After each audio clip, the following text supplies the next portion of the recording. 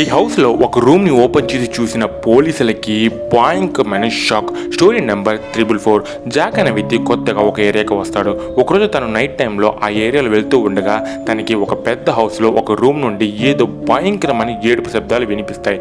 Jack వెంటనే హౌస్కి వెళ్ళి కాల్ ఈమెయిల్ కొడతాడు.